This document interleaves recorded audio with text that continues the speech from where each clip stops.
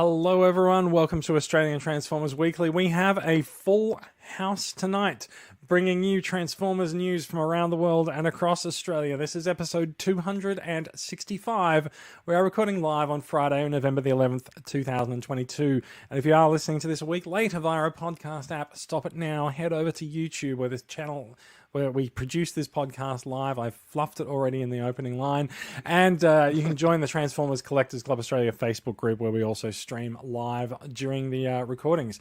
This week's episode, we will be discussing the first Rise of the Beasts toy that appears to have appeared. We'll check in on Haslab's Deathsaurus crowdfund progress. And some of us have seen episode 1 of Transformers Earthspark. So we'll have a bit of a chat about that. All that and more is coming up after this.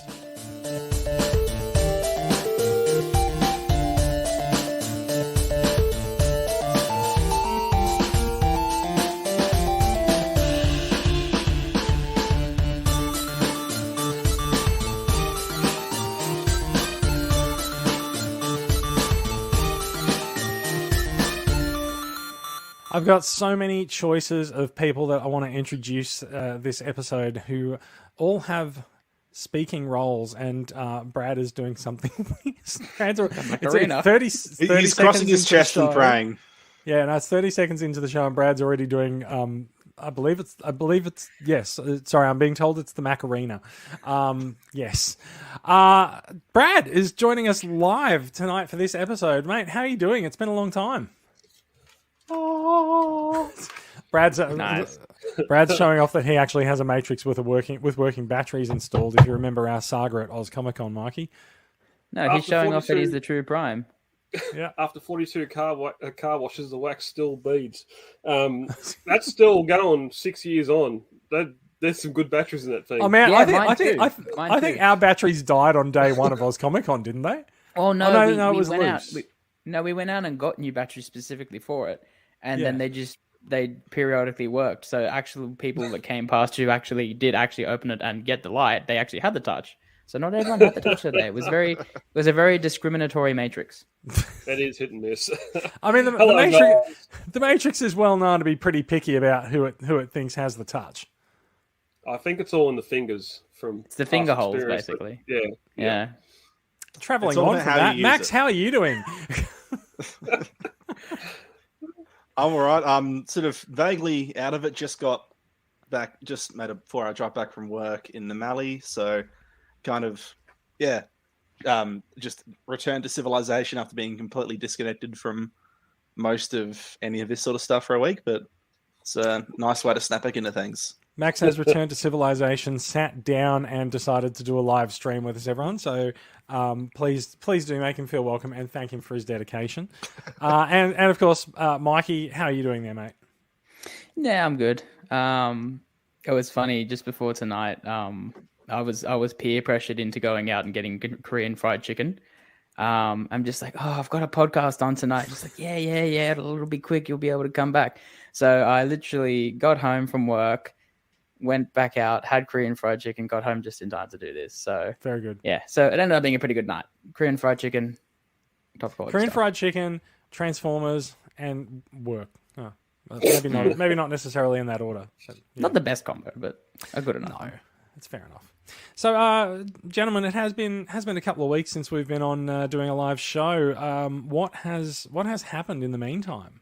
What have you been up to? In fact, I say a couple of weeks, but Brad, it's been several months, I think, since we've had you on. Like, how about we start with yourself, good sir? What's been going on?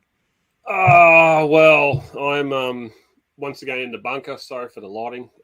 Trying to evade the monstrous mosquitoes that are currently inhabiting the area due to all the floodwaters. Can you not ward them off with any of the fine fragrances from the cabinet behind you? I have this fine fragrance right here, the good old Mortine. I gave it a good old squirt under the bench here before, thinking I'd get them, and 2 big redback spiders dropped down on the ground. So I'm going to be ducking my head down, looking at the ground for the next few hours. But Brad might flee the room, screaming, just in case. Yeah, just be careful. Like if something actually does land on your leg, just calmly get up and move away. You know. Yeah, it'll be a thud of the desk. That's going to go ass over it. There'll be benches going everywhere. This is uniquely Australian podcast content where we are talking about Transformers with a hint of redback spiders. Usually with Transformers, it's tarantulas. Unless someone's got a black arachnia in their possession at the moment. Is she on the desk? She's not. There's some dire times at the moment, but need to come on, talk about Transformers, be happy, and keep the spirits up. Very good, very good. Max, how about yourself? You said you've been out of contact with civilization for the last week or so. Yeah, and then I'm about to disappear off for another month again. So it's just that's actually just Max taking shelter from the looming Christmas spirit.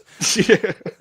Right, Gary. I'm working out on Cowpram Station in South Australian Mallee. So yeah, that's just what I've been doing for in my PhD research at the moment. So basically, getting a very long way away from any sort of Transformers-y content. So nice to actually nice to actually get back and just get back into the swing of things. Sorry, in case you couldn't tell, I'm incredibly bloody tired. It's nice to immerse yourself back in the world. Yeah, also haven't slept enough, so at the very least you got 4 people. So when I inevitably start slurring my speech, as I just did, and I can have people filling the void because I've not slept much at all. Fair enough too. Mikey, I'm not going to have you slept guarantee I'll enough? still be awake by the end either. Would have been the first time. Yeah, look, we accept that risk every week. But yes, Mikey, have you had enough sleep? Oh, you know me, I always get my sleep, Jason. But yeah, look, I've had a really good time. That sounded creepy at all. It was good. Yeah, it was very good. Straight to the point. He gets his sleep. Who stands in his way? Honestly, do not get in between me and my sleep. You will regret it. I actually had some very good personal news today. I got accepted into Western Sydney University for the teaching course that I was going for, and it was my first preference, and I got in, and I got fantastic today. So Congratulations! Pretty happy. Yeah, thanks, guys. So really good day today, and other than that, just working. Haven't really purchased many Transformers recently, as can be told later, as I have no acquisitions. Yeah, we often go week to week, and it's like I'll have one bot here and there. I've got a desk full of stuff for acquisitions tonight, so like, well, you can make up for it. Yeah, we can have at it with that when the time comes. Yeah. What do you think? Without any further ado, I think we should probably get into some news. Oh, did anyone ask Jason what he was up to? It's pretty. Everyone knows what I'm up to because I post pictures of Transformers in the Facebook group all week. So, it's been pretty straightforward for me. Just working and a little bit of playing. So yeah, beautiful. Welcome everyone in the chat room as well. Our live viewers. We've got a few people. Look at all a few people chatting along.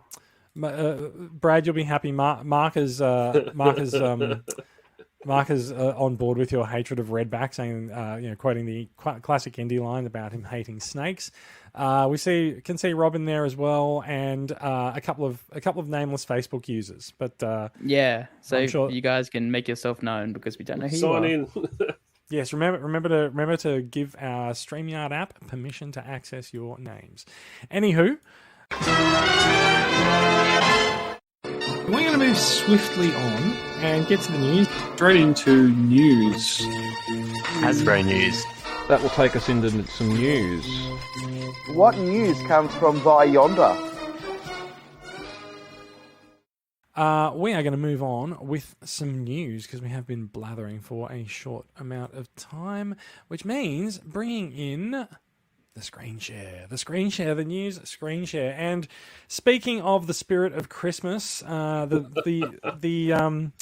say the spirit of Mariah Carey is strong in this one. It might even be a case of when you open up the trailer, she might pop out. And what's the game where you try not to hear her song for Christmas or something, but it's all I don't want for Christmas or something? It is Holiday Optimus Prime, and that there is no Mariah Carey involved with this. Just to be clear, it is a brand new Optimus Prime mold. I say brand new. He's a slight reworking of the Earthrise mold. He's been molded into a realistic Volvo truck, and it does appear that this figure used to be the thing that we were considering was going to be the Amazon Prime Optimus Prime. That partnership appears to have fallen by the wayside, but Hasbro's done something with the license anyway. That is a properly licensed Volvo truck, and I can't remember the name of it, but I'm sure someone will put it in the comments shortly. And I'm super impressed with the paint job on this. There's a red Optimus Prime cab. There's some candy stripes on the trailer. There's an Autobot symbol Autobot faction symbol wearing a Santa Claus hat. There's some green highlights on the cab, and the whole thing looks like it's dusted with snow. So like, what is not to love about getting into the holiday, Christmas spirit with holiday Christmas Optimus Prime? I don't know. It's just they can't call it what they want to call it anyway. It looks good. They really can't. But like the box, we're looking at photos, which I believe were taken by Sixo at Comic-Con a couple of weeks ago in London. The box has even got a gift tag written into its artwork, and looks like it's got wrapping paper on its print. Whoever designed this figure and designed the box and everything, they've had a ball. Like it looks. Like I said, it looks fantastic. There's a lot of paint applications on this, and they're very unusual paint applications. Like, it's not just like, painting the arms red or anything. Like, it's actually giving it a fairly realistic sort of snowy look to the cap and the like. And it so looks like something you'd quite see nice. in the Christmas pageant. It Yeah. You know what I mean? It just looks like a bit of Christmas decoration. It's really bugging me. Because I think I talked to someone today, it might have been, I can't remember who it was, but they say the trailer reminds them of the KFC packaging. Yeah, so it looks like a big KFC trailer. If the trailer opens up, then like there's a function right there. Like, fried chicken storage. That's your play pattern. Yeah. The trailer does open up to store your Christmas turkey, I'll say, instead of your KFC. So what I find interesting about this is they have been. Like I said, I'm quite a fan of the paint job and the way that they've applied the paint to this. I have been of the opinion that Hasbro's trying to find new ways to apply paint in more places on figures. Like when we saw the Earthrise trailer, this is the Earthrise Prime trailer with a new paint job on it. That thing had very little paint on it. So to see this much on it, to be clear, this is molded in white. And the red paint is applied onto it. So they've applied the red paint, but they've also applied it in such a way that it looks like it's got snow on top of it. So it's quite cute and it's quite deceptive as to how they've done it. I'm quite a fan. I feel like this is something that Hasbro's been trying with some of the Netflix bots from the final wave of Netflix, like with the Sparkless bot. We saw basically an all-over paint job on that.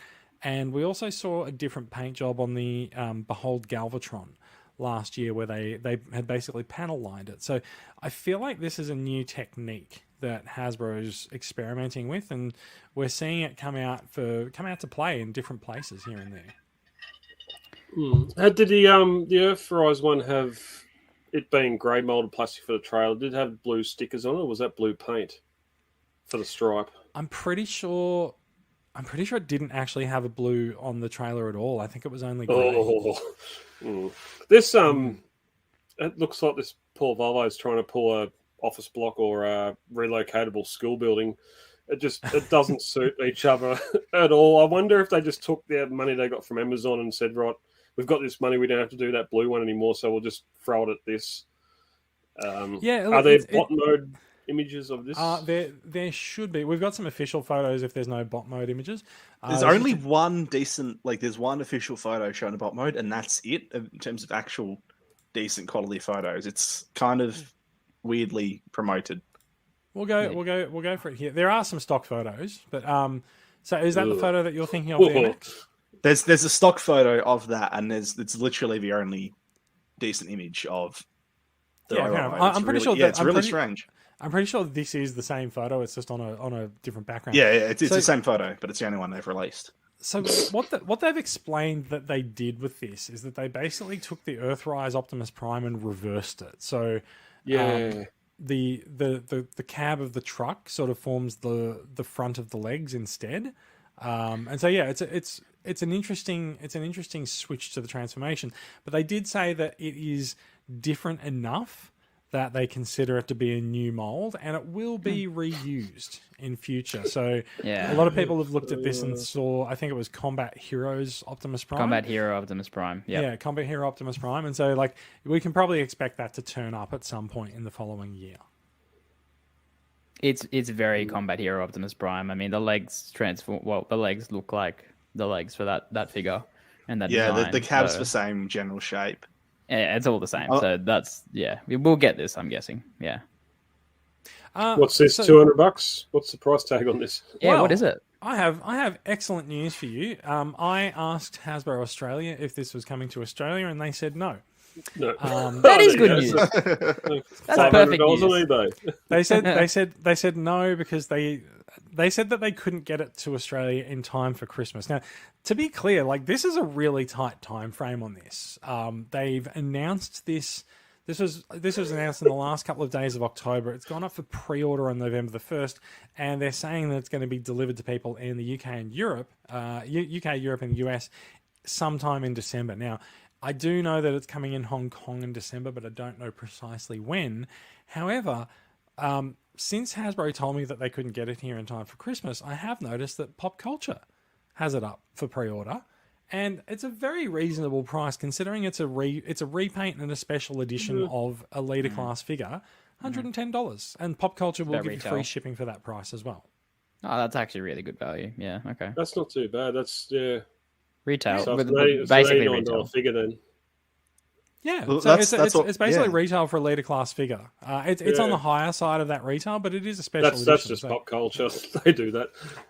A little bit. It is an ETA of March, though. So Hasbro's statement that they couldn't get it here in time for Christmas is true, but I think it's also fair to say that people who want this are still going to want it in their collection. I very famously got the last year's Holiday Optimus Prime, the Super 7 Reaction figure, and he arrived at some point in I think March or April for me, but whatever. But that's the problem you have where, yeah, you're not going to get here by Christmas, but this isn't marketed to kids. There's no cartoon. There's nothing. This is purely for adult collectors. Why is Christmas such a deadline? We're going to get to this later with the new Earthspark series. If you have a certain line dedicated to a certain demographic, why do you have to hold the whole lost? Look, I think There's no the reason why this holiday- has to be out by Christmas. Yes, it's Christmas themed, but collectors that want an Optimus Prime want something new. For those 6 people that are Volvo fans, there's a Volvo Optimus Prime. Go for it. But I think a lot of adult collectors just like silly shit. oh You yeah, know, they just go for, that's very true. I've seen This some is of the dumb definitely shit that gets silly posted shit. in our group. Yes. yeah. and I think Yeah, but that's, again, that's there's about the no all the reason appeal why- is. Yeah, there's no reason why Christmas has to be the deadline for Hasbro. Hasbro could say, right, we can have it by February. Yeah, Okay. but also where show me on that box where it says Christmas. Haha. Yeah. Look, can I humbly suggest that this is also not very holiday worthy of Australia because it is a snowy Christmas, right? If you really wanted to do Holiday Optimus Prime for Australia, like he's going to be wearing a pair of budgie smugglers down by the beach. Be sun right? scorched. Well, the way we're going at the moment, I had the fire going again yesterday, so we're still sort of in the grips of winter in Victoria. It snowed on the Alps last weekend, so there's still snow around. It's true. It is a little bit crazy, but I am confident that by Christmas we're going to be having sunny days on the beach. There's a better than that. You can up there, but I don't think we're going to do it down here. David says he'd love to see I'd love to see Budgie Smuggler Prime. I agree. I reckon a special edition Holiday Optimus Prime with Budgie Smugglers is probably the way to go. Maybe I may even speak to one of the many customizers in our group about doing an Australian Holiday Edition Optimus Prime. We'll see how but it can they do it the base in skin tone? You got to get rid of the red. Oh mate, couldn't you just go get terrifying. yourself a buzzworthy Dinobot and just slap on some Yeah. Yeah, Yeah, slap on Budgie some. Smugglers onto that? At least Right, he's already if- half human. Yeah, guys. Officially, the target has changed. It's now a Holiday Dinobot. Rob Franklin says the Aussie Optimus would be a Bunnings truck as well. So yes, very very true. 100%, yes. Yeah, look. Oh god, to be honest, I'm getting ideas. How There's a many lot. how many of these things does Popcultcha have on pre-order? I'm not entirely sure.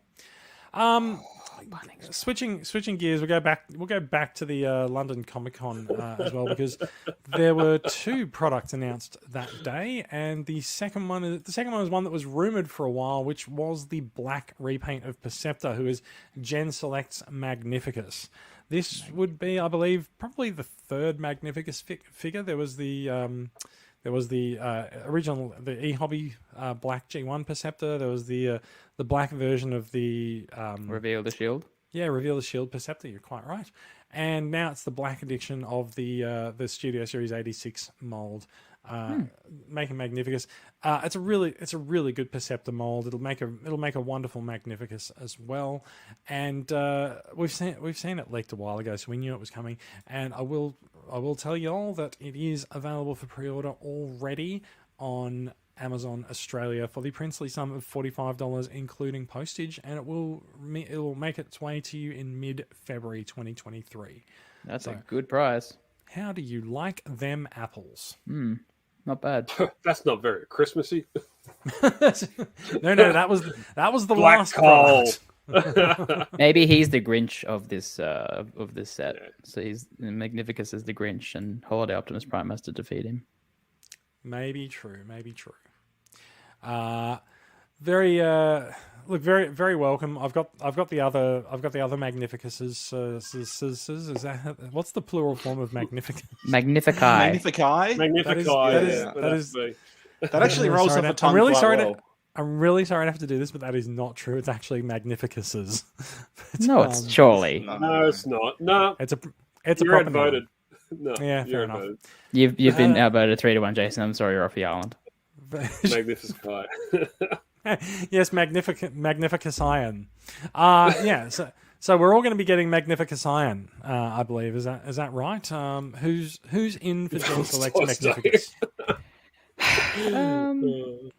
A pass for me because he's G1 and I'm not really doing that at the moment. So, but he looks great. Like if I was into it, I think 45 shipped in an Australian setting for an exclusive deluxe is pretty damn good. Yeah, if you can get onto that, that's pretty good. I'd jump on this one as soon as possible. Really. Yeah, I agree. Yeah, it's a good deluxe as well. In fact, I'm not really sure why I haven't already pre-ordered it. So I should really get onto that. So yeah. What are we doing next? So Holiday Optimus Prime, Gen Select's Magnificus. What else has been happening lately that's noteworthy? Oh yes, Victory Saber has started to turn up across Asia. The good old Haslab Victory Saber, the previous crowdfunding success from Haslab, rival to the currently funding Deathsaurus, and to be perfectly honest, something that I'm really looking forward to getting and adding into my collection. So he is starting to turn up. There is an official release in some territories of Asia on December the 1st, and Hasbro is holding to that date, but it does appear that might not apply to all territories, as some people are getting him in hand already. Really interesting to see. We've got where's the pictures here of the box? There's a lot of photos, and in fact, I've chosen the one that doesn't have a photo of the box in it. So, well done to me. But boxes just down there. Yeah, there we go. So there's There's a good look at the box, and we did see the box and the packaging at San Diego Comic Con, so it is nice to sort of have another look at it. These pictures have caused a little bit of controversy in the community, though, because it has emerged from these photos that Victory Saber and all other commands are in fact tied onto their trays with plastic ties. Yeah. Well, so the other accessories are in a clamshell as well. Yeah, And yeah. I'm The accessories are in a clamshell, and it does really sort of beg the question of why didn't they just put another layer of plastic in this and just do the clamshell instead of tying them in. There have been some stories, although I'm not really sure how much I believe this, but there have been some stories of people opening up their Victory Sabers and finding that the plastic ties have taken some paint off it, but. I don't know. I don't know that the areas where those tires are crossing over are really actually painted that heavily. So I'm not sure if I believe that, or if I think it might just be people trying to just stir up a bit of negativity. I feel like if it was a serious problem, there'd be photos around. Well, so it's worth remembering that this is something that's been happening in the last 24 hours. Like it's happening now. It's not an official release, but these have found hasn't been an official release in the territories that I'm monitoring, but it is finding its way into some collectors' hands, whether it's coming from the warehouse or from some distribution. We don't really know, but as I said, in some of the territories that I look after, or not look after, but keep an eye on, Hasbro's sticking to its December 1st release, so there won't be a lot of people getting them before then. Hasbro's people have said that they want Victory Saber to be in people's hands before the Deathsaurus campaign finishes, and that's, I think it's about the 12th of December, or it might be earlier than that. So it's going to be tight, especially if you're getting them in Asia, but it'll be close. So seeing these leaks, basically we know that Prime vs. Prime is going to have a review up tomorrow. I wouldn't say that that's necessarily true, because these are actually fully formed products shipping out from a factory. So these are coming through regular distribution channels. They're not coming from the manufacturer. So yeah, I wouldn't say that this necessarily means that one has found its way to Prime versus Prime. Fair enough. But you did say that these are getting their hands into collectors, and we all know collectors don't open their figures; they put them on display in the box. So why are plastic ties an issue, Hasbro? Well, yeah. I mean, look, whoever's taken these photos managed to undo their plastic ties without doing any damage to the figures. So I'm not really sure whether it's really an issue or if it's just people making a mountain out of a molehill. It's purely aesthetics. It feels more premium if it's in a clamshell or something. Look at this. Mikey needs a moment, everyone. Oh god, it just looks beautiful. It just looks really good from all these photos. The question is, did you only order one? Yeah. Yes. Yeah. Yeah. I'm not made of money. Okay. In fact, I believe when the last time a Victory Saber or a Star Saber came up for pre-order, it was the Masterpiece one, and I think I ordered it live on the podcast. You did. So I will have Masterpiece Star Saber and Haslab Victory Saber to put up on the shelves. So I'm just flashing up general photos of the presentation and what we can come to expect of things in the box. Like, we all know what Victory Saber looks like. We're all looking forward to it, but I have a sneaking suspicion that it's going to start shipping from Pulse US and UK in the next couple of weeks, because this happened with the previous Haslab release, Galactus. It came out mid.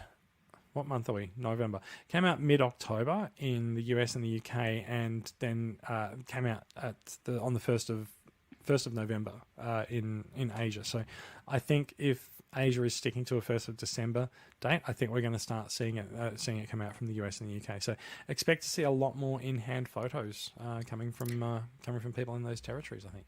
Can someone who has MP Star Saber answer Facebook users' question, is MP Star Saber any good? Now, I've heard very mixed opinions about that figure. I've personally never owned it just because I've never really cared, especially since they didn't release a Victory Leo with it. But to those of you who have an MP Star Saber, what is your opinion of it?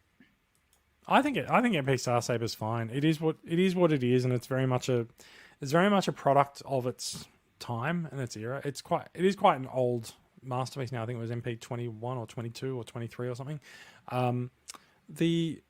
It's very unusual. It's a very unusual masterpiece because it took to the cartoon aesthetic of Victory before the masterpiece line in general really took to the cartoon aesthetic. So in many ways it was ahead of its time, but it also really stands out as a bit of an anachronism for that. It's also the only masterpiece figure from that line. It was the result of a fan vote, and so it is what it is. I think there's a few comments coming through. Dave Bottrell says he loves it.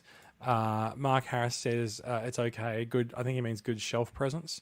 So yeah, if you like MP Star Saber, you're perfectly welcome to keep liking MP Star Saber, and this toy will do nothing to dissuade your opinion of that. But it's good for everyone to have options. Mm-hmm. So yeah, and as Mark has pointed out, it's MP24. So I stopped my counting just before the. You got there. I nearly got there. A lot of enthusiasm for Victory Saber going around. Rob says he can't wait for this to arrive. I think I speak for the three of us who've got it ordered. I don't think you've got one on order, have you, Brad? No. I think I speak for the three of us who have it on order, saying like we're all very excited about it. We are, and I just the thing that I love most about this guy is he's just a fun toy. He's got Star Saber itself is so many things to right. So Star Saber itself, it's three guys in one. You've got the little Brain Master, then you got Saber, then you got Star Saber, and then you got his mate who's this flying lion, bizarre thing. And then it turns into a pair of shoes and a jetpack for the already big guy, and I'm sold already. It's an insane toy. Yeah. It's just bizarre. And this is the guy. This is basically Optimus Prime for a lot of fans in I think in Japan. This was hugely popular. This was their Optimus Prime. This is their big guy. This is their big guy that they look up to, and they, how some English fans say that Optimus Prime is their father figure. There was that type of thing back in the day, especially when they killed him off. This Star Saber would be that type of thing to the Japanese audience and the audience who has seen this guy and maybe not Optimus Prime.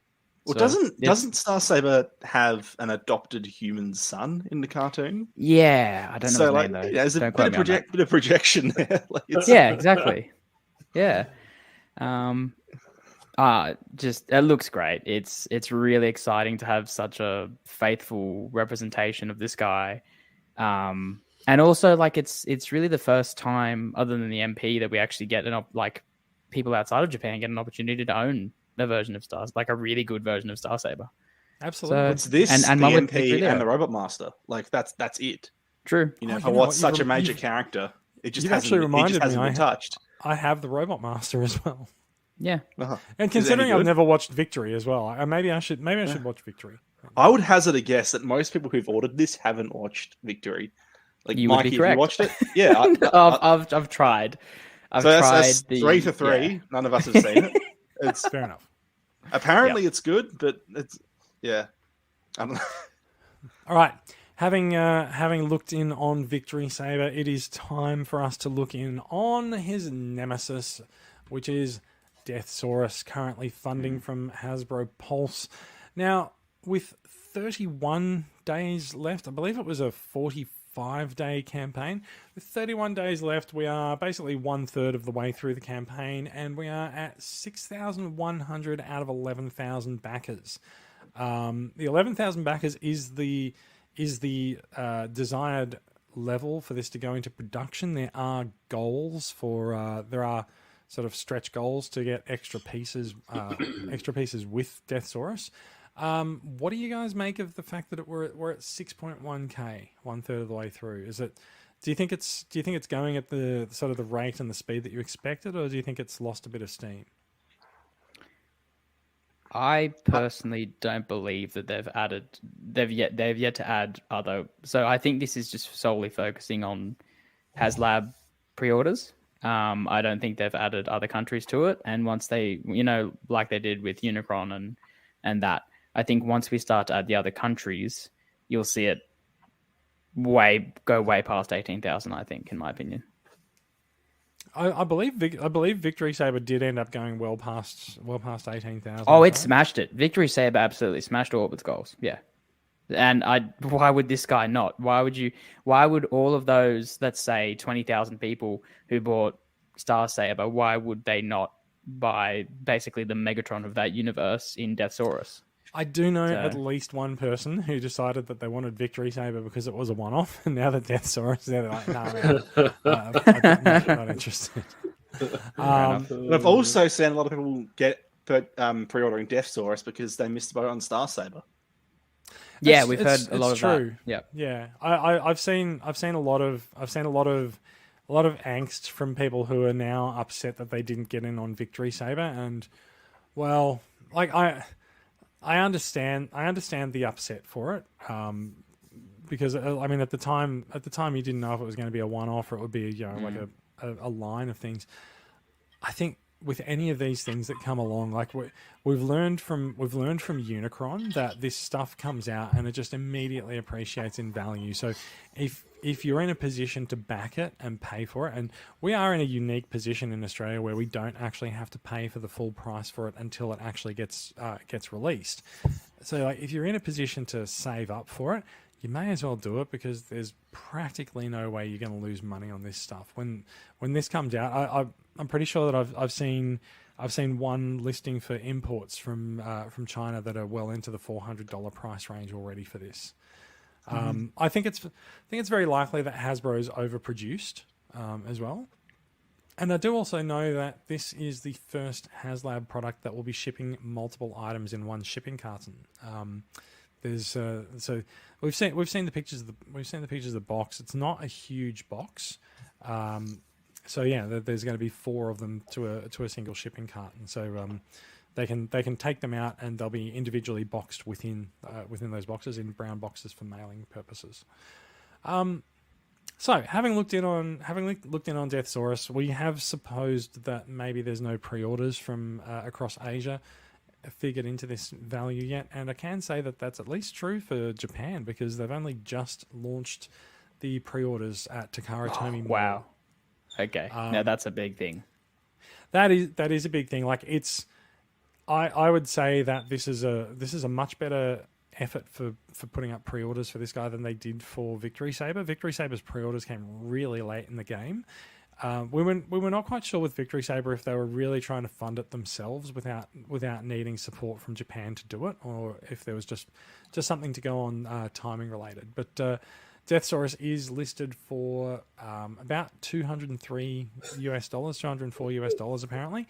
So he's a little bit more expensive to get in Japan than the US. The US price is $180 US, and we should also mention that it is up on EB Games. I think when we first discussed it a couple of episodes ago, it hadn't been listed on EB Games at that point, but it is up now for pre-order in Australia for $370, which is $10 cheaper than Victory Saber, which, considering the way that the Aussie dollar is going, is actually really quite a good deal. We know it's $180 US, and so it's into the low to the mid 200s when you do the currency conversion. But the currency conversion is trending the wrong way at the moment, and the Aussie dollar is just getting weaker. So pretty soon that might end up being equal. We'll see how it goes. But yeah, as I mentioned, you can back it at EB Games. You can put down a deposit. I think the deposit's about $50, and you can pay it off over time, or you can just keep the money in your account, earn your own interest on it, and then pay it off when it's due late next year. So yeah, Rob mentions he's got a pre-order at EB. Might be smart this time and pay it all off over next year before it arrives. So yeah, good idea. But get in early and pay it off.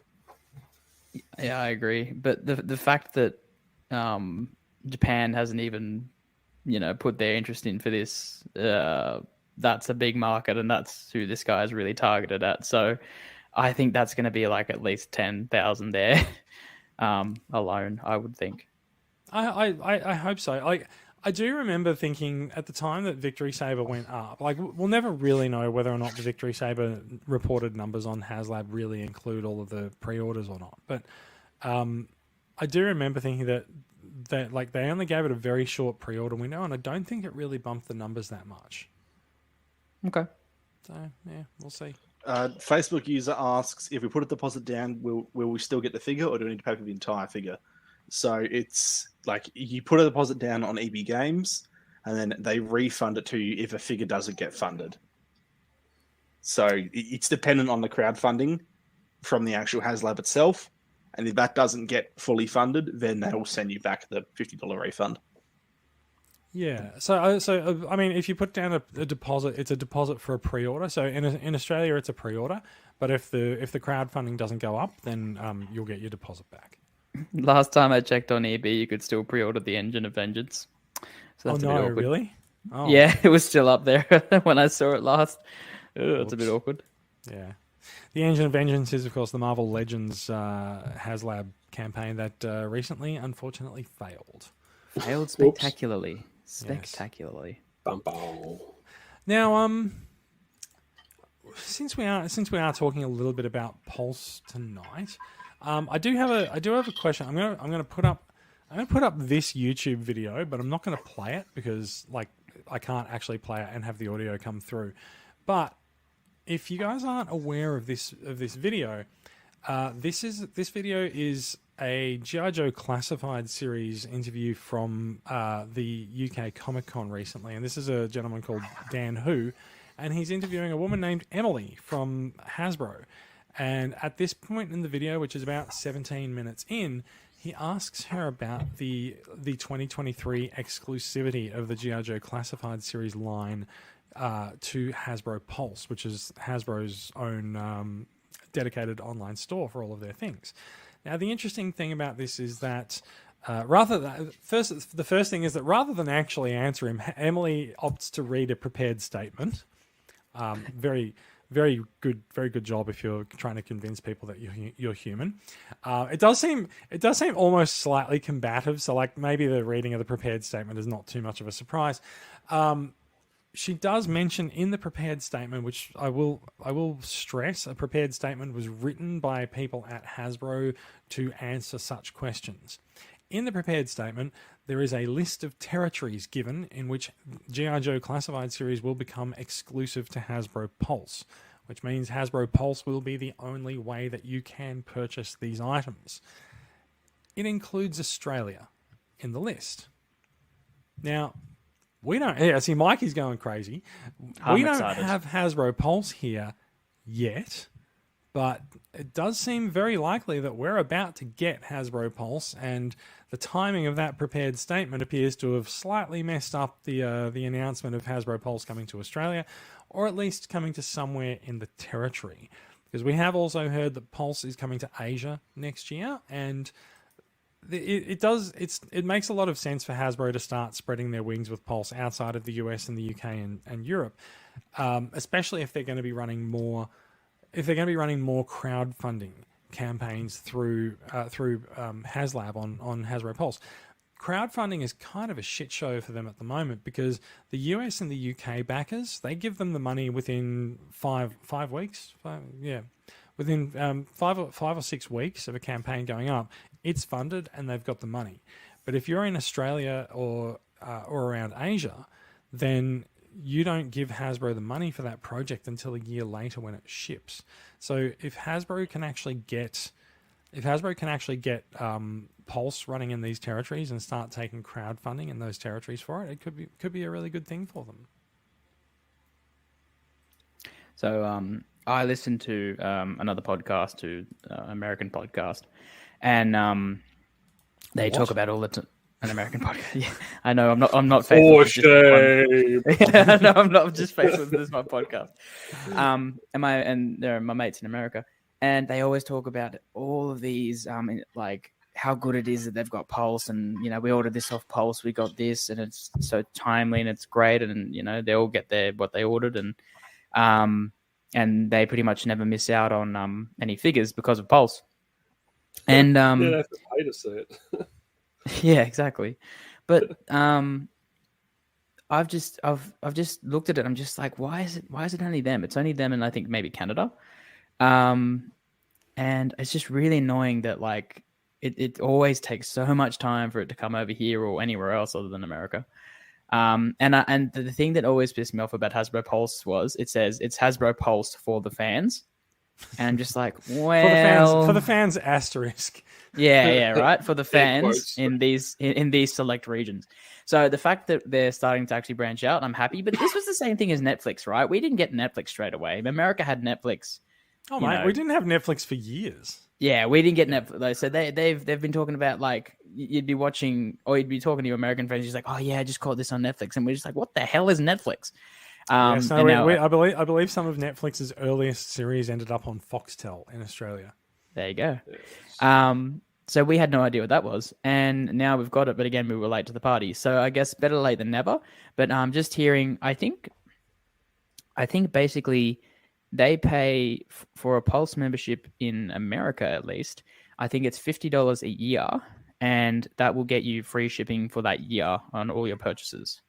So if they can possibly bring something like that here, I'd be very excited. I'd probably be like $100 for us, which is fine. But if they do something like that, like a membership, a Pulse membership, that'd be cool. I'm probably going to be corrected here by Jason, but yeah. No. So the way that Hasbro Pulse operates, and it's probably worth us clarifying how this operates because, like, it seems like it's about to come to Australia. The way that Pulse operates is it is just an online store. You don't have to have a membership to shop there. But if you do have a membership, then when exclusive items go up, you get access to them before everyone else. So if there is an exclusive item that is going to be in really high demand, if you're on a Pulse Premium membership, you're more likely to be able to get it before supplies run out. It is really interesting. People have found hints in the site's source code about just how much inventory Hasbro Pulse has for particular items, and it's not actually that much. Like for some items, it's a couple of thousand items, and so like you think about the number of people who probably order from Pulse across America. I mean, they're not always ordering the exclusive items. They might just be ordering general release items with no sort of inventory limit on them. But some of the exclusive items are quite limited, and the structure of what goes where is also quite interesting because Hasbro's had exclusive arrangements with particular retailers that they've been quite criticized for over the last few years. And what they've actually been able to do is pull some of that inventory from those exclusive retailers and sell it to people on Pulse. And so it doesn't necessarily mean that if there's a figure that's not going to come here, it doesn't necessarily mean it will be on Pulse and it will be available here because Pulse's inventory is region specific. There are things on Pulse US that are not on Pulse UK, and there are also things on Pulse UK that are not on Pulse US.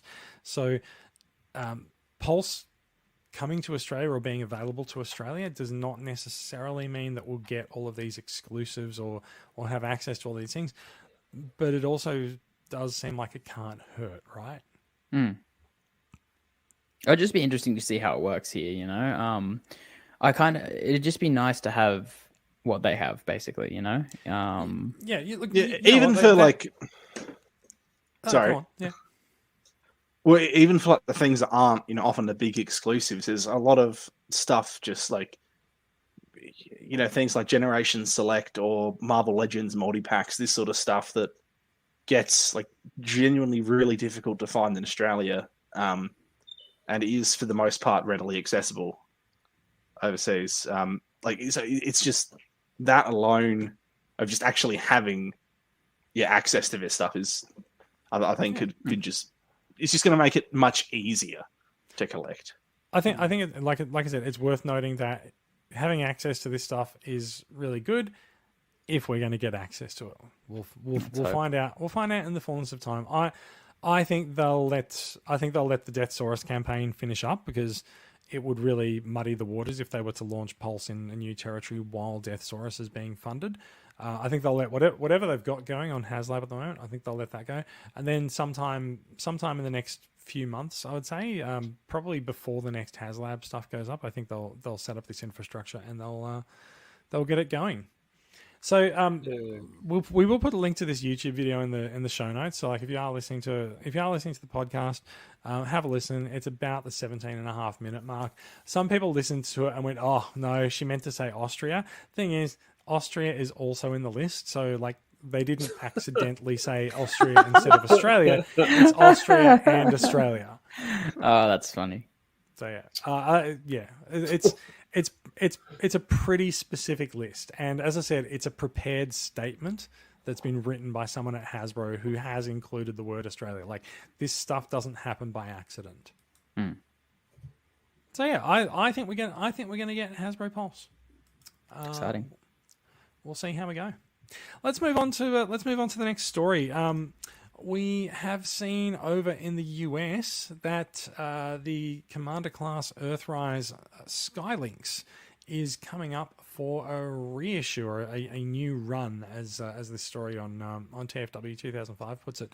Now, I have to admit that I've seen this story pop up in a number of places, and I know that there's a lot of people who are actually really excited about getting a second run at Skylinks. I don't think anyone in Australia is actually excited for this because I think we all got Skylinks. Brad has his hand up. You said in the pre-chat that this thing is everywhere in stores still. If you see one, buy it for me, please. I will find you. I'll find you a Commander Class Skylinks. It was everywhere. It even went to catch.com.au. I mean, like when Catch of the Day starts selling Transformers, you know they have too many of them, right? Australia has become the place where some stock goes to die. We appear to be the only place on the planet that has Shattered Glass Jetfire in abundance. They're everywhere. They're in every JB Hi-Fi store. JB Hi-Fi, okay. Yeah. But the same thing for the Buzzworthy Bumblebee Worlds Collide set. It's everywhere in Australia, and it's nowhere on the rest of the planet. We can't get Creatures Collide here, probably because we've still got too many Worlds Collide sets. But if you want Worlds, if anyone overseas wants Worlds Collide, like we're your guys. We can get it and we can sort it out and we can ship it to you. It's even cheap. So like, call me. We'll see how we go. So anyway, I'll just say you two probably have the most well-stocked shops in all of Australia. Yeah, maybe. I have seen Skylinks in stores in the last couple of months. Like it's this reissue. I'll be really surprised if this reissue actually reaches Australia because I'm pretty sure Hasbro Australia will just go, nah, take it away. We have too many of them. But like I said, people are very excited about it. Oh, superb toy. Like if we're talking about the best Commander Class figure, then it is the best Commander Class figure. Yeah. It's so much bang for your buck. You get it's huge as well. Like it just ticks all the boxes for a Commander Class toy. Except it doesn't work. But Brad, you've got a buddy in Rob who's kicking himself for passing on this version of Skylinks. So I'd say that Rob will be there for Skylinks as well. Dave also says that he does have a graveyard shelf. The predecessor wasn't too good. That Voyager Combiner Wars Titans Return. Oh, you mean the previous Skylinks? The previous Skylinks was not. It was okay as long as you didn't touch it. And then here we go. It's the same with most combiners. Yeah. But when you said the predecessor, I thought you were talking about Commander Class Jetfire. Like here, I've got him like holding up in my like tiny corner of the screen here. But like, as far as Commander Class links mode. as far as Commander Class figures go, like I think the range has been fantastic. But of course, we very famously didn't seem to get Jetfire here. This is also the second Commander Class reissue this year because Jetfire also got a reissue, which also didn't come to Australia. That's why I don't think Skylinks will be coming to Australia. Oh, great. 2 figures I didn't get. Yeah, we'll see. Yeah. Mark, I may have it in my cupboard. I'll have a look in the morning and see if it's there. If it's there, you can have it. Sorry, you said to Mark. Mark said he likes Combiner Wars Skylinks, or are you talking about Are you talking about Mark's comment about the Nemesis Prime? No, I thought he missed Combinable Skylinks. I don't know how else Oh missed. no, I think Mark likes Skylinks. He likes it. Okay. Yeah. That's fine. I mean, the combinables combiners were all kind of a little bit samey, you know. Voyager. Well, it was different. It went out for something different and just failed on most of the. I think what you're saying is it failed in excitingly different ways to the rest of the combiners. Yeah, it wasn't the fifth swindle repaint into Dead End or whatever. Fair enough. Let's move on to something else That I've added without you knowing. By something else. No, I'm trying to balance a couple of things up here. There is one story that I didn't add. Sorry, but that's fine because we are at 55 minutes already. The other big news this week is that we've gotten a first look at what appears likely to be a Studio Series Deluxe Air Razor from Rise of the Beasts. This is definitely a new Air Razor mold. She's got a very, very different transformation, very different parts to the Kingdom Air Razor from last year. And I think this is one of the first figures to leak in recent times where everyone's looked at it and just gone, yeah, that's pretty good. Yeah. It's the first proper, I guess we have had looks at the general design language and aesthetic of the Rise of a Beast characters, like little glimpses between a couple of leaked toys and then the renders of Prime and Bumblebee. But this is probably, in terms of new characters, this is the best look we've got on any of them. I agree. And finally, go on. And finally, a Bayverse bot that looks pretty close to its original origin. It looks amazing. Yeah. So I've been told that there's going to be a lot more Beast Wars characters than we've heard in Rise of the Beasts, and I wonder if we might see a lot of characters on screen, but maybe they don't all have voices or voice actors attributed to them. Like, I've heard there'll be a lot of them. Well, because the named characters that they have, cast for are, that little group of Autobots, little group of Maximals, and this little group of Terracons.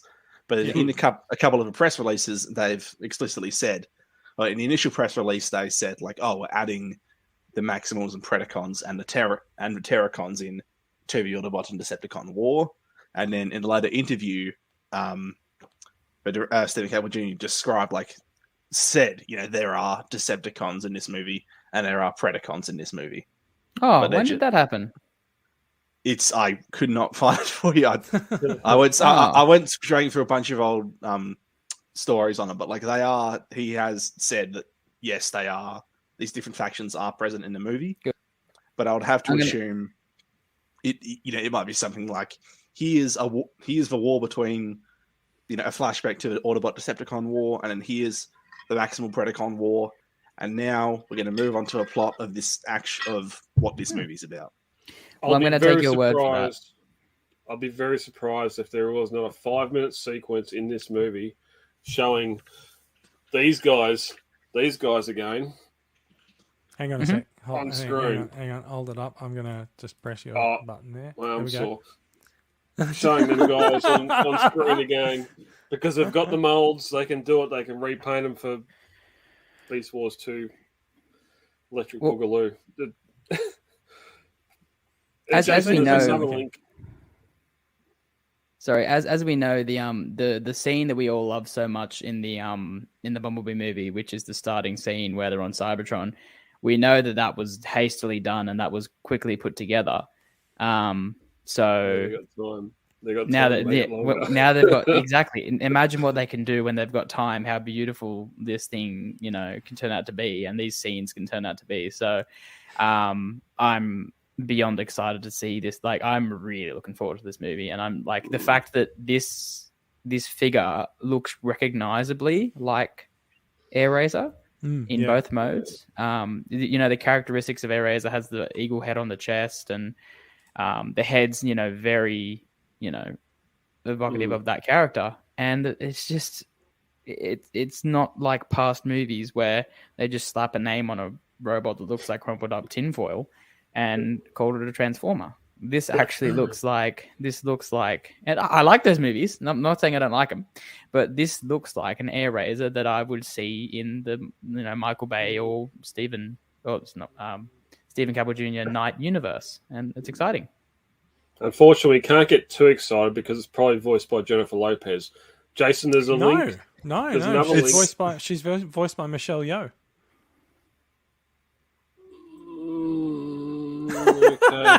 Okay. Jason, if you go... The sound of Brad's head slowly exploding.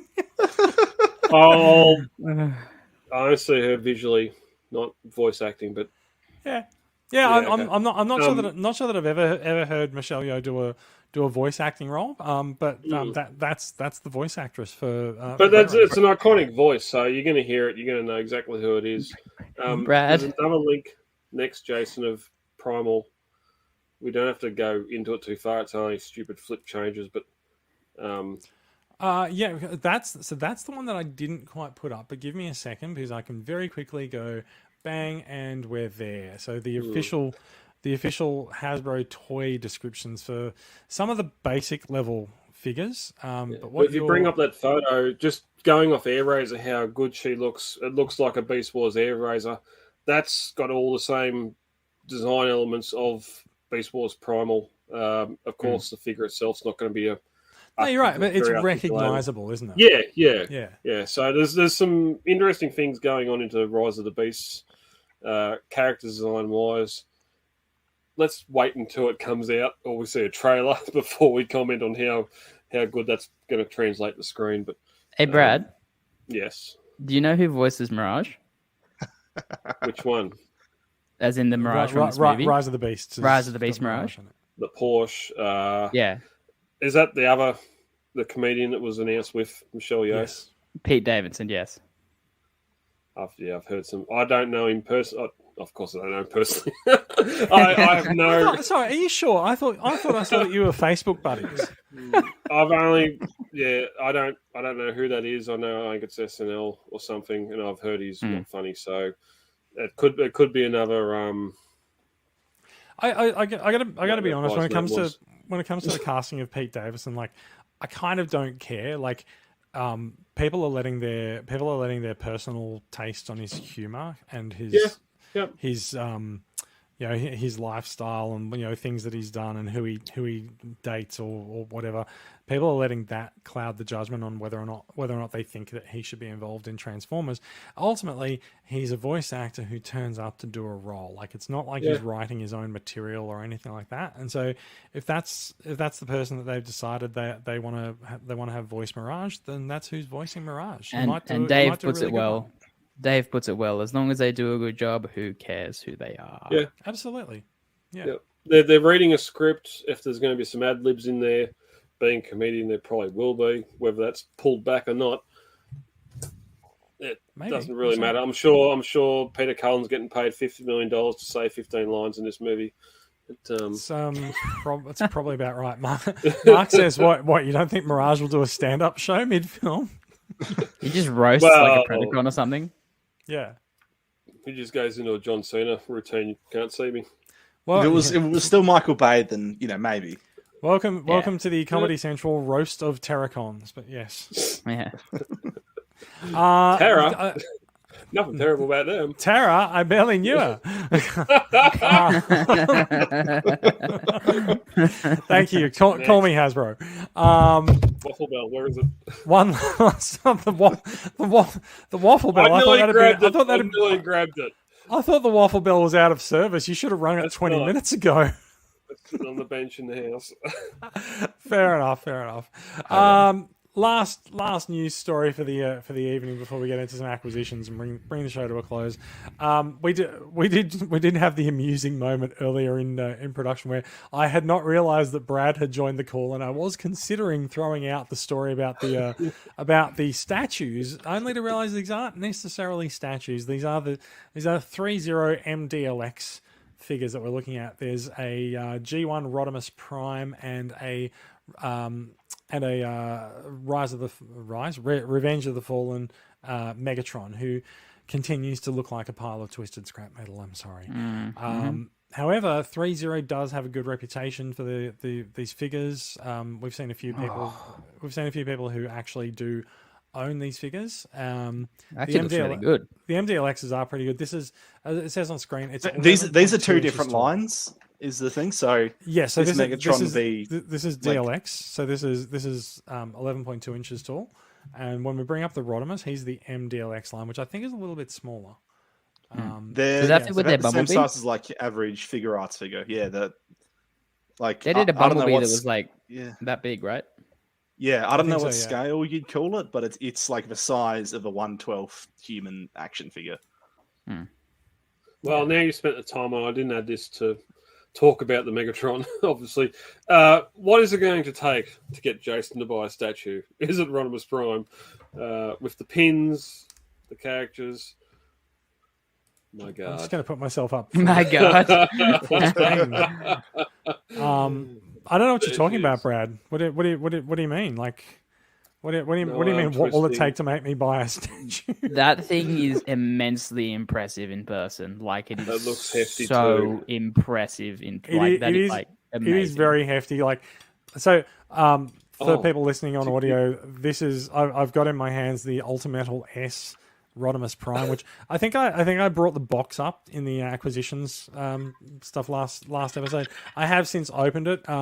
Mike and I do a show on YouTube with a couple of other people in TCCA called Toy Reel, and so we unboxed this guy live on the Toy Reel stream a couple of weeks ago. Extremely impressive, like massive amounts of die cast metal. Like there's the bits on the wings on this spoiler move around and things wiggle around. It's fantastic. So I'm very very very and his happy best with it. feature, you can not really transform him, but you can parts form him from hot rod to Rodimus mode, which is really cool. That's true. That's true. So to the question of what's it going to take to make me buy this, I don't know. Let me kick myself back out of the solo screen. So we are looking at the 3.0 MDLX Rodimus Prime now, and so as you were saying, this is a smaller figure. So this is more probably like a maybe a deluxe scale figure, or maybe more of a Voyager or a Leader. I'm not sure. They're like, so you know how big like a SH figure arts is. He's actually 7 Like, inches tall, so he's about the size of a Voyager figure. He's so tiny. He's so tiny. He's so tiny, but very detailed. Yeah, shit, yeah. So, and he's got a price attached to him of I don't know what, because I need to click through to the website where he's listed. So, let me have a look. MDLX Rodimus Prime is listed on Amazon UK for I don't know what, because it didn't show me. So I'm just going to press the It'd be back twice button. as much anyway. Maybe. Let's have a look at Dorkside You're Toys. around 150. It's only it's 80 USD. Those last couple of links don't work. Fantastic. Like, why would they work? Yeah. So 80 US dollars. So yeah, maybe sort of 130, $150 once you import it. He is die cast, so he's a bit heavy, and for his size, he's 18 centimeters, 46 points of articulation. So superhero landing. detailed. I mean, yeah, no, look. There is, if I scroll through this, I'm sure there's a super. Oh, there will be. Yeah, where is it? Somewhere, right? So, Jason, the question is, how many are you getting? Well, he needs one to cut the shins off to be a hot rod, obviously. Do you know what though? Like, here's the thing, right? I've just bought the Ultimetal Rodimus. The Ultimetal Galvatron is on its way, because I really liked this Rodimus. The Ultimetal Galvatron is on its way. The Flame Toys Kuro Karakuri IDW Hot Rod is on its way. Oh God. He's been converted. He's seen the light. Do you just hear Brad laughing in the background? Brad, this is the greatest episode of Brad's life. Oh, wow. Well, he's played the long game. It's like I know. psychology where he's 6 years. all he had to do was wait, and he's cracked you. You've played you've played the long game. All that had to happen was there needed to be a perfect storm of hot rods, and suddenly I've opened my wallet. They've really cornered you, haven't they? They've just figured Jason clearly They've has they've really figured me out. All those run sheets are throwing in Rodimus pins and Rodimus masks and everything else, and now we finally got you to the statue. It all comes down to this. Jason only gets his Rodimus mask out on special occasions. It's you know what? I don't even know why that sounds creepy, but it sounds creepy. So yeah. It's the Rodimai. Oh, that was intentional. What am I?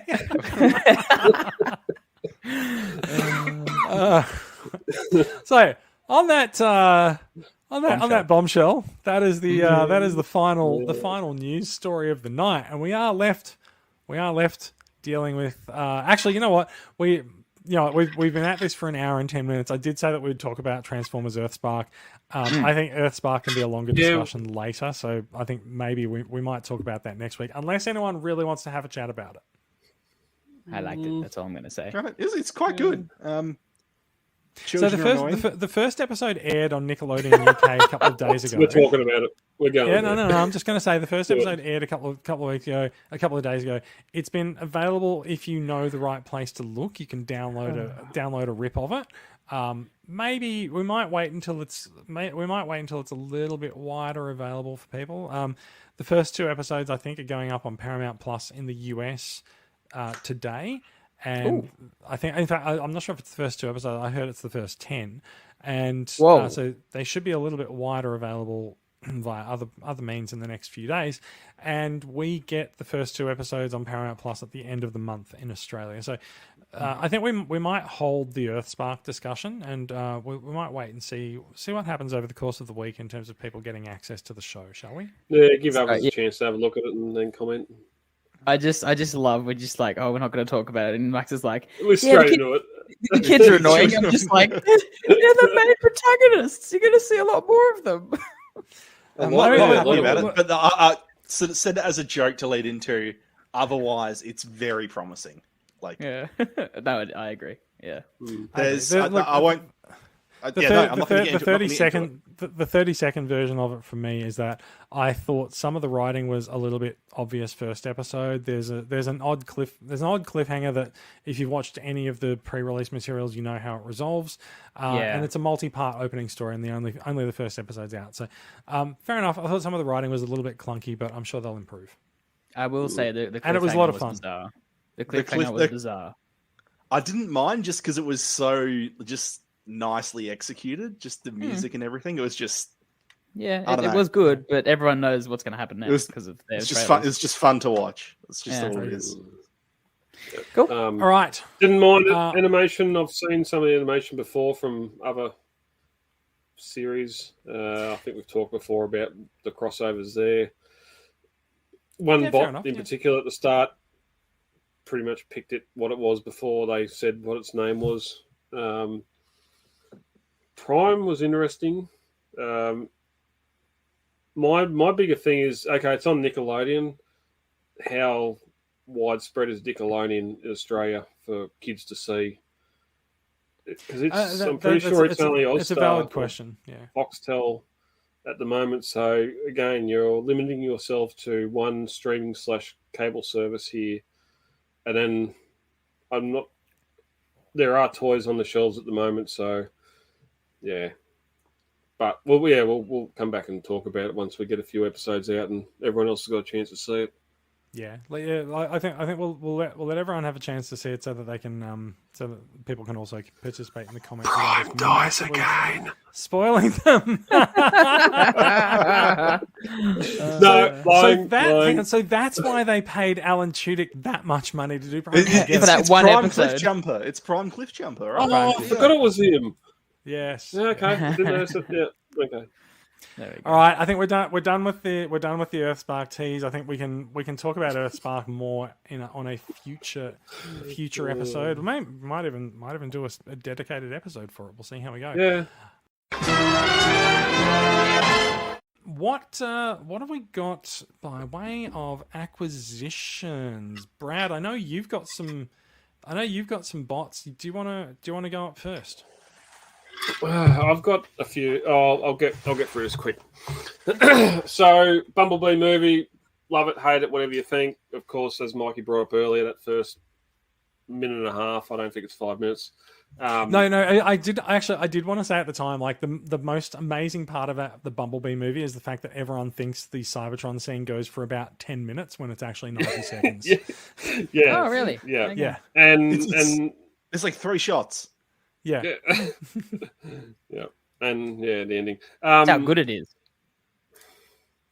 You jumped in Go on. too early, Mikey. Those that love Bumblebee because of that, shame on you. The same as people that love Rogue One because of Darth Vader in the last 35 seconds. Shame on you. Anyway, that first minute and 10 seconds. He's right, but he shouldn't say it. Yeah, he's out of line, but he's right. The first 2.5 minutes, whether you like the rest of the movie or not, you cannot disagree that those bot designs are fantastic and how maybe the live action bot should have been. Wanted to get them, missed this Soundwave and all the others and thought that was it. Started seeing a couple others in store and thinking, well, if I don't get the big boy, I'm probably not going to get the line. But anyway, according to Jason, Soundwave was reissued and it turned back up in Kmart, and I found it. There was a couple in there. Thought beauty. Let's do the Bumblebee Cybertron line. So he was in there. Went to my local Target because it still exists. RC was in there. RC's Mate, great. I have a local Target as well, but it's the only one for about 20 miles. Ironhide, just love the bit of a design choice between him and Ratchet being a little bit more Cybertronian. It's the age-old debate, why do Cybertronian vehicle modes need cockpits, doors, windows, all that sort of thing, but that's not for discussion tonight. Where's the other one? Oh, yeah. And then Wheeljack got last weekend. You won't find. I'm not going to buy. I do remember us talking about these, and I was saying like go look at your local Kmart and Target because they should be in stock there. So that's good. I'm really glad you got them. Yeah, well, at Target, RC, Cliff Jump. Still not sure what that story is. Ironhide and Wheeljack were there. I didn't buy Wheeljack. I got RC and Ironhide when the following weekend Wheeljack was not there. 3 weeks later, Wheeljack turned up in Kmart, so I was able to get him. Yeah, so getting most of that Cybertronian B line. The other one is this big black grey monkey here. Oh, look at that. Comparing to the... Do you remember when this was announced and we were like, oh, what about the Studio Series version? It's like, so is that the 07 version that you've got in your right hand there? Or this is the 07 Voyager Blackout. Right. Okay, yeah. Absolutely dwarfs it. Look at it. He's massive. Massive compared to it. That's where the love may end. Because we never display our bots upside down, of course, but that being's pretty much enclosed underneath.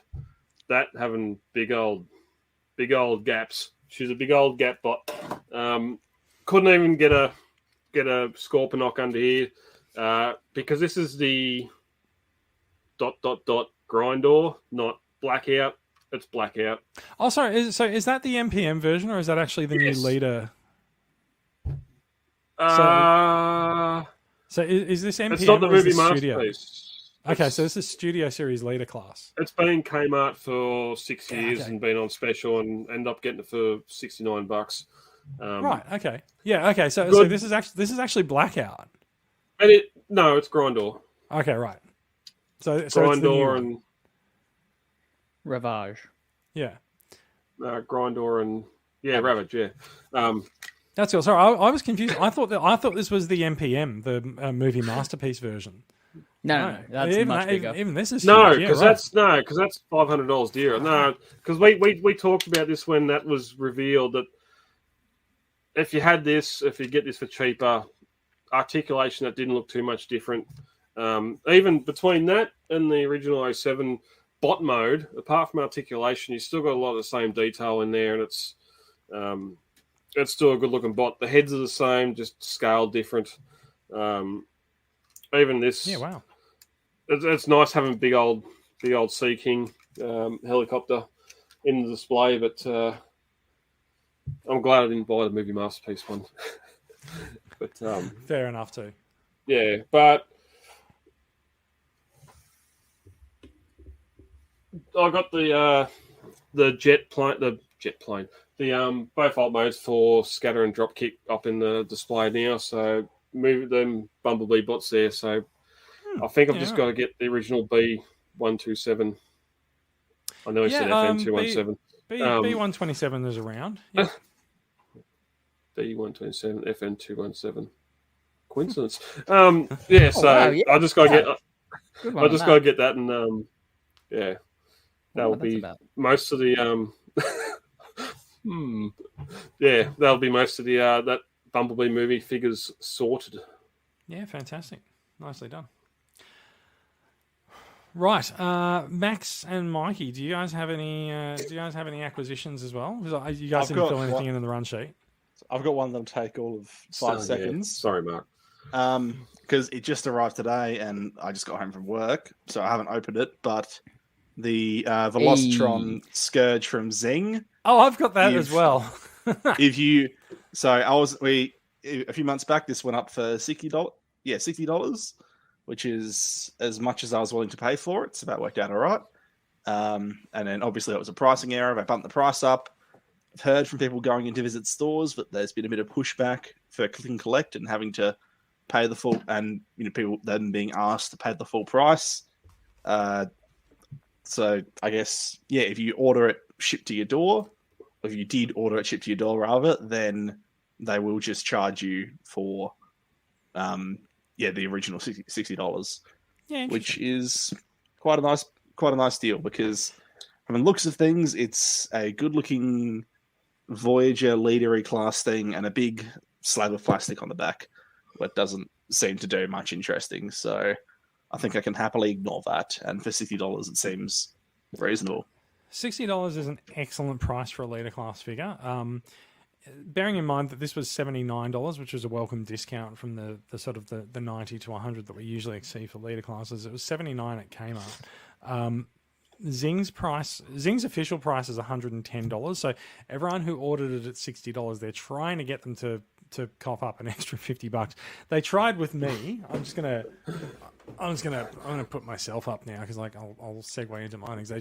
They tried with me, and I showed them the order that said I've paid $60 and there's nothing left. And the store manager looked at my order history and went, okay, look, I can see that whenever you order stuff, you do pay full price instead of putting a deposit down. So I'm going to assume that was a pricing error, and off you go. Same thing applied to Ironhide, which managed to get to $45 due to a pricing error from them on their website as well. So very happy with that. Couple of other acquisitions to get through quickly. I've got a core class wheelie because why not? Had to get a core class wheelie in order to justify getting this guy, which is legitimately of interest to people, which is the core class 86 Rumble. Also specifically known as Rumble Blue. He does say Rumble bracket blue on the box. He's a nice figure. He doesn't have elbows, and I'm a little bit surprised that the pile drivers don't actually move. There's been a little bit of interest from the local community in creating new pile drivers for him that actually move. I'll be interested to see how that goes. But he is a nice update to the the sort of the core cassette. It's a great looking frenzy.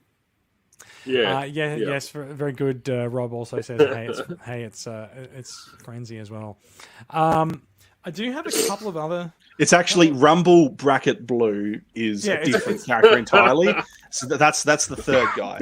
No, they'll release Frenzy Bracket Red, but this also means that There's they can now four of them. release Frenzy Bracket Blue and Rumble Bracket Red as well. A couple of other acquisitions to get through. Obviously, I haven't opened all of these yet. There is the G.I. Joe Stalker Bumblebee. Really looking forward to opening this guy up. He's said to be a lot better than Megatron. The Megatron figure was said to be a little bit hollow. I didn't mind it myself, but people are saying that the Bumblebee Stalker is he's an Ore striker, and he comes with a character named Stalker because I don't understand G.I. Joe. And there's one other thing that I haven't opened up yet. I will open up soon. And for people who are into the Unicron trilogy, you might recognize this figure. This is the black repaint of Rodimus. That's nice. We've talked.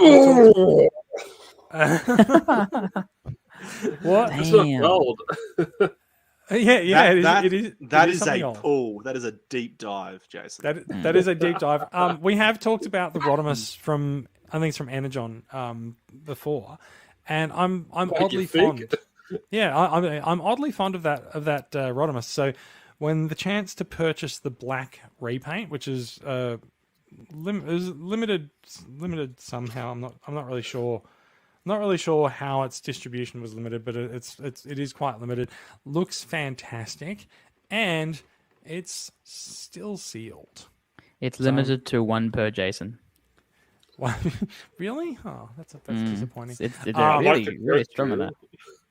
I'd like to correct you. I'd like to correct you. I've purchased a second one. It was a Marder. This was purchased from a friend of ours too, Mikey. So yeah. Fair enough. So yeah, I'm really excited about really excited about opening up that Rodimus, that black Rodimus, and getting a look at him next to the original. I've also actually since realized that I think they used that Rodimus mold as a Thunderclash in a BotCon set as well. Yep, you're right. Oh, I think they did. I think it was in the Wings of Glory set, maybe. and I think I've got it. But You should know that then. I know I've got the Wings of Glory set, but if it is the Wings of Glory set, then it means I've got. Yeah, that no, as well. it sounds familiar. I'll have to get them out and see how we go.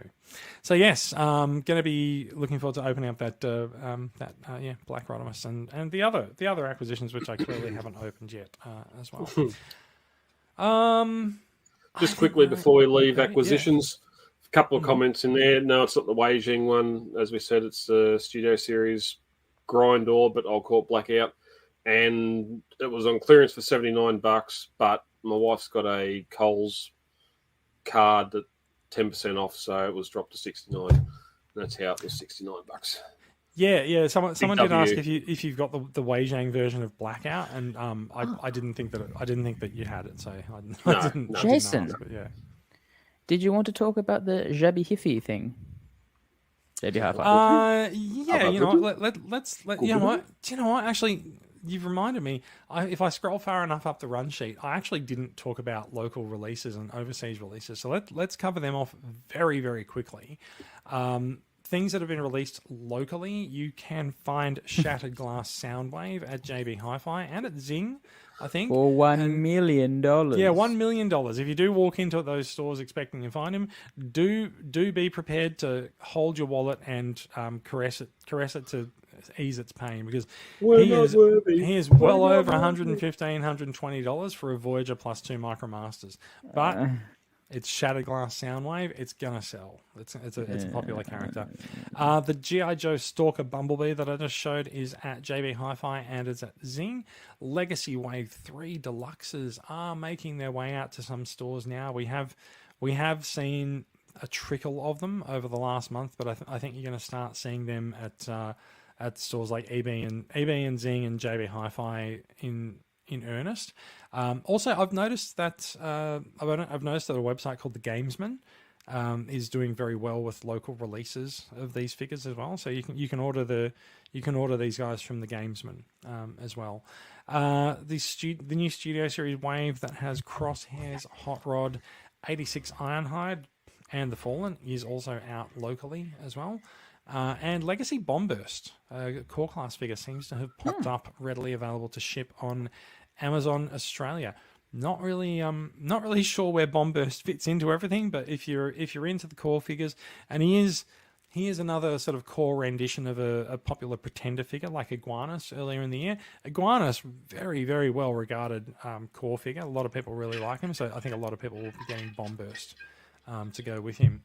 And if we do quickly look at overseas releases, that same Studio Series Wave has been released. However, it also contains core class figures like 86 Rumble, which I've got here, Dark of the Moon Laserbeak, and a repack of 86 Wheelie, which is why I've also got that here. And there's also Shatterglass Slicer and Flame War available overseas now. Those are in the USA. Those two haven't made it out for Asian release yet, but they will be this month and next month. Those two are not coming to Australia, we're told. So if you are looking for Slicer and Flame War, you are going to have to import them. But there's plenty of stores that will sell them to you and post them to Australia. That is it. You mentioned the JB Hi-Fi news. So JB Hi-Fi has launched a membership service called Perks, and it's free to join. I'm just gonna bring it up on their website now. It's free to join now. Mikey, you've joined up to this today. Do you want to tell us a little bit about what it entails? Yeah, so I believe it was posted in our group chat that we have for this podcast, and I'm just like, that seems interesting. $10 off, that'd be nice. So I basically followed the link to this page. All I think I had to do was enter my email and find out if I was a member of JB Hi-Fi, whereas if you have purchased something online with them before, then you are. In the last 20 years, they still have your data. They do. They have something that I purchased just like Optimus. Quite some time. And everyone else. So yeah, and then you just basically you sign up. There's no fee or anything, and then straight away in my inbox, I got a $10 coupon to be spent either online or in store. And you also enter your birth month, so you don't actually have to enter your exact birthday. So someone who's got their birthday coming up soon, enter this month and see if you get the code or whatever you get. I'm not entirely sure what you get, maybe like 10% off or something. But you do get birthday perks. And yeah, I just think it's really cool. So to begin with, you get your $10 off. So you, again, in-store or online. So you got a $10 discount on Shatterglass Soundwave? Yeah, no, I think I'll be finding my Soundwave elsewhere. I don't think I'm going to be paying over $100 for a $50 figure. Thank you very much. Yeah, so I will just mention that over the weekend, the Gamesman had a discount on their eBay store. This is last weekend. You could get. I say this grudgingly because I fucking hate these services. If you used Afterpay, you could get 25% off the toys on the Gamesman store. If you don't use Afterpay, you get 20%. If you don't use Afterpay, you can get 20% off. I dislike the fact that I'm penalised for giving them all of my money up front, but whatever. So yeah, so there have been discounts available for this figure. So I think I ordered one from Gamesman for about $95, I think, or maybe 94 or something. But yeah. So happy to do this because as we know, or as I know from my shopping, JB Hi-Fi is slowly becoming the best place to find Transformers and Marvel Legends and DC and Star Wars action figures. A lot of exclusive items coming to JB Hi-Fi, including the Shatterglass Jetfire, which apparently you can't get anywhere else in the world. There are plenty of. It's a world exclusive to JB. Worldwide exclusive. Yeah. So you go into JB again because they're slowly shifting away from DVDs and CDs and all that, and they're just trying to stay alive. They're doing their best with toys and stuff, and like I found some really cool items. I love going to JB Hi-Fi's now because you just find new cool stuff every time. The only place to get your G.I. Joe exclusive Transformers, Again, all your shattered glass, most of your shattered glass stuff, except for those two annoying last two pieces which aren't coming here, which sucks. What else? They restock old figures. Like I know it's the only place that I've found the Legacy Soundwave is at JB Hi-Fi. That's the only place I found that one. Has been spotted at Zing as well, but you're right. That one's been a little bit scarce on shelves. Yeah, that's the only place that I've found it personally. Legacy Soundwave, the Voyager. The Voyager, so the Cybertronian one without the Grubel on it. Right. So yeah, like I think everyone should sign up to this because firstly, $10, great, to spend any way you want, and then please sign up and bankrupt JB Hi-Fi. Yeah, basically. And they say they'll keep you up to date with deals and stuff, which should include toys most of the time. So yeah, I'm happy with it. Will J-Mart be making an account? Did at some point did you walk into the store and look at all of the Transformers and just go, JB, you've done it again? Yes, and then slowly after that I was arrested. So yeah. Was it for throwing a hammer through a window? JB, you've done it again. Yeah, no, I don't know. Yeah, no, I'm just really happy with JB. So I think this is a really good incentive for people. I threw the Lego hammer through the window, so it didn't really go through the window. It just broke. It just bounced off the window, and the security guard arrested you. Dang it! All right, thank you for mentioning that because I did mean to bring it up, but I forgot. So yeah, put it in the run sheet, and you read straight past it. It's I don't think I actually did put it in the run sheet. So yeah. Look, that does us for the night. We've had a good fun time. So thank you everyone for listening along with us. Thank you for listening if you're listening to the recorded episode. Thank you everyone for coming along and commenting on the live record for us. We do appreciate it. A reminder that if you are listening to us on a podcast, you can watch us. I don't know if you really want to. You can watch us and you can see what we're talking about via our YouTube channel. That's YouTube. I'm not going to read it out, but you can find us at Transformers Collectors Club Australia on YouTube.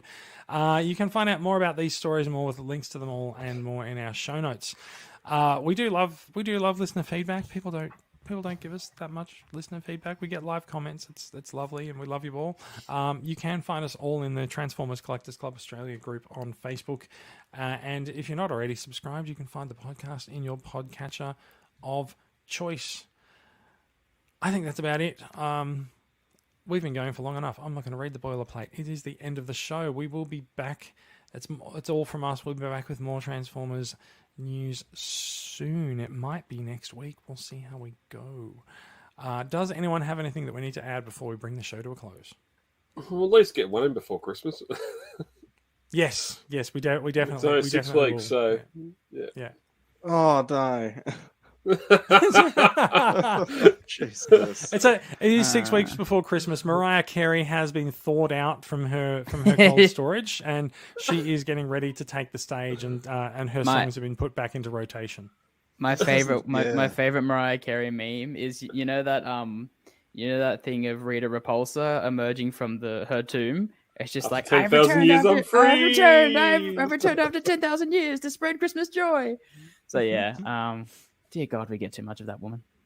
But anyway, I think it's a self-fulfilling cycle. It's like everyone jokes about how much it gets played every year, so then it just gets played more and more and more. So you're thinking about it more and more and more, so it gets played more. And it's just it sounds like the trap that Sony fell into on re-releasing Morbius. Oh, I love that. Wow. Oh no. What? Conflicting opinions. Oh, no. I love that. There was this thing. It's just how they released Morbius again, and then there was this meme which is like, "Oh, sorry, we were all away that weekend. Can you release it again? We'll promise we'll come and see it. We'll promise we'll go and see it this time." Yes. Yeah, it's great. All right. What's the chance there's going to be an Infinity War or Endgame re-release before Avatar 2 comes out in December? Maybe they'll be dueling for the top spot. Yeah. Dueling I expect an Avatar re-release more than anything else, but yeah. Yeah, Avatar. It's already out. It's out now. Yeah. All right. That is it, everyone. Thank you very much. Yeah. We'll talk about things that might include more Transformers or Avatar next week. Next week, hopefully, we'll see how we go. Thank you very much for watching along with us, and thank you for listening to us on your podcatcher of choice. Thank you very much, and goodbye for now. See you guys. Take it easy.